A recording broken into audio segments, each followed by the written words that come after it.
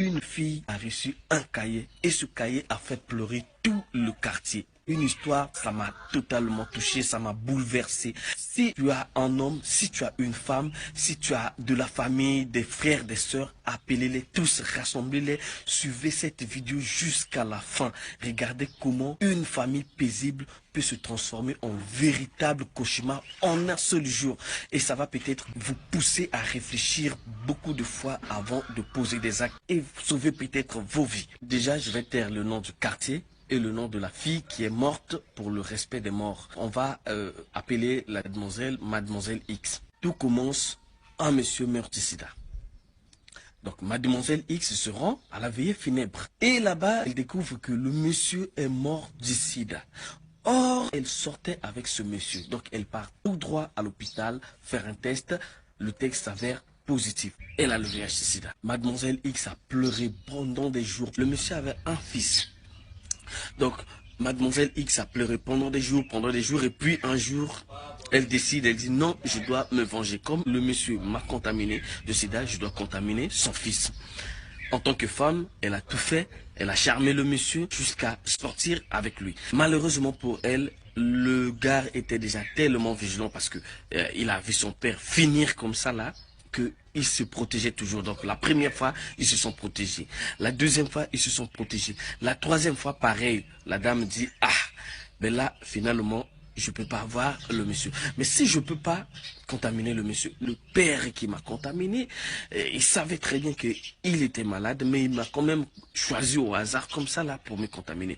Je peux aussi donc faire pareil.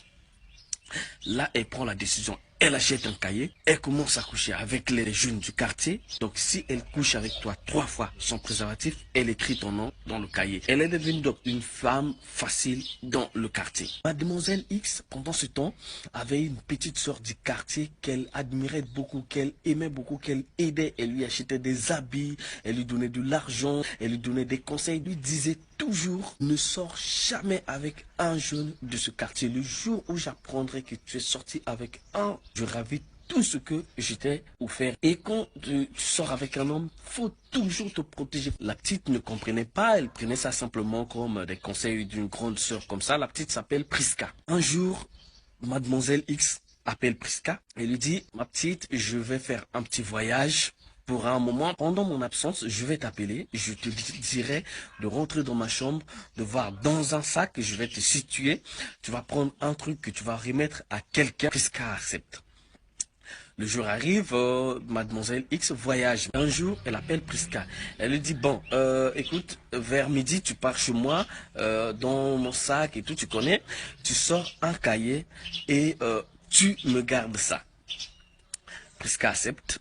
Elle part là-bas, elle prend le cahier, elle rentre à la maison avec. Quand elle arrive, elle ouvre le cahier. Qu'est-ce qu'elle découvre? D'abord, des explications en haut, que le monsieur m'a contaminé, voilà l'histoire que je vous ai racontée au début. Donc, un jour, j'ai décidé de faire payer aussi d'autres personnes, comme le monsieur m'a fait payer.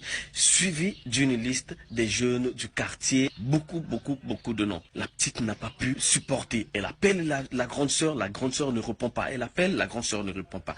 Elle décide alors d'aller chez les parents de la grande sœur, la voir, essayer de dire, mais moi j'ai reçu un truc, j'appelle la sœur, elle répond pas et tout. Elle arrive comme ça là, elle trouve les gens en train de pleurer. La sœur s'est suicidée, elle a pris des cachets et tout ça là, et elle est morte là-bas, là où elle était partie. Donc, elle n'a pas pu donner aussi cette information-là, le cahier, non, elle n'a pas pu. Donc, elle rentre à la maison avec... Et la famille africaine, veillée funèbre, et ça passait bien, tranquille et tout. Mais elle, là-bas, Priska, ne supportait pas cette liste-là. Elle n'arrivait pas. Déjà, il y avait d'autres gens qu'elle connaissait dans la liste. Elle ne supportait pas. Alors, une nuit où il y avait des gens, plein de gens à la veillée funèbre, elle vient, elle voit la famille de la défunte. Elle explique, bon, écoutez, la grande sœur m'a appelé avant son suicide. Elle m'a demandé de prendre un cahier. Voilà. J'ai lu ce qui est à l'intérieur. Je n'ai pas pu supporter. Je ne peux pas garder ce cahier-là. Donc, je viens vous en remettre.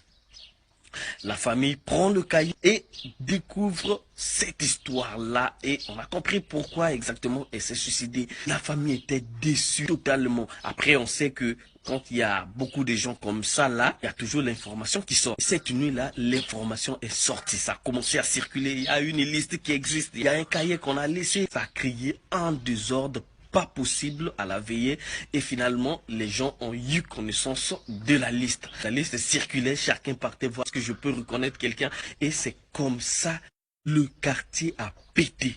Partout on pleurait. Il y avait des hommes mariés, on retrouvait leur nom là-bas, on appelait, voilà, on a retrouvé le nom d'un tel, voilà, il y a le nom d'un tel. Donc imaginez que on découvre le nom de ton homme là-bas. Ensuite, il y a le nom de ton gars là-bas. On a vu le nom de ton gars. Alors imagine la panique. Donc voyez un peu comment ça a débuté par une seule personne jusqu'à détruire tout le quartier, détruire des familles entières. Donc il y a des drames silencieux qui passent sans qu'on aperçoive parce que là, elle avait décidé de laisser une liste. Sinon, ça allait passer.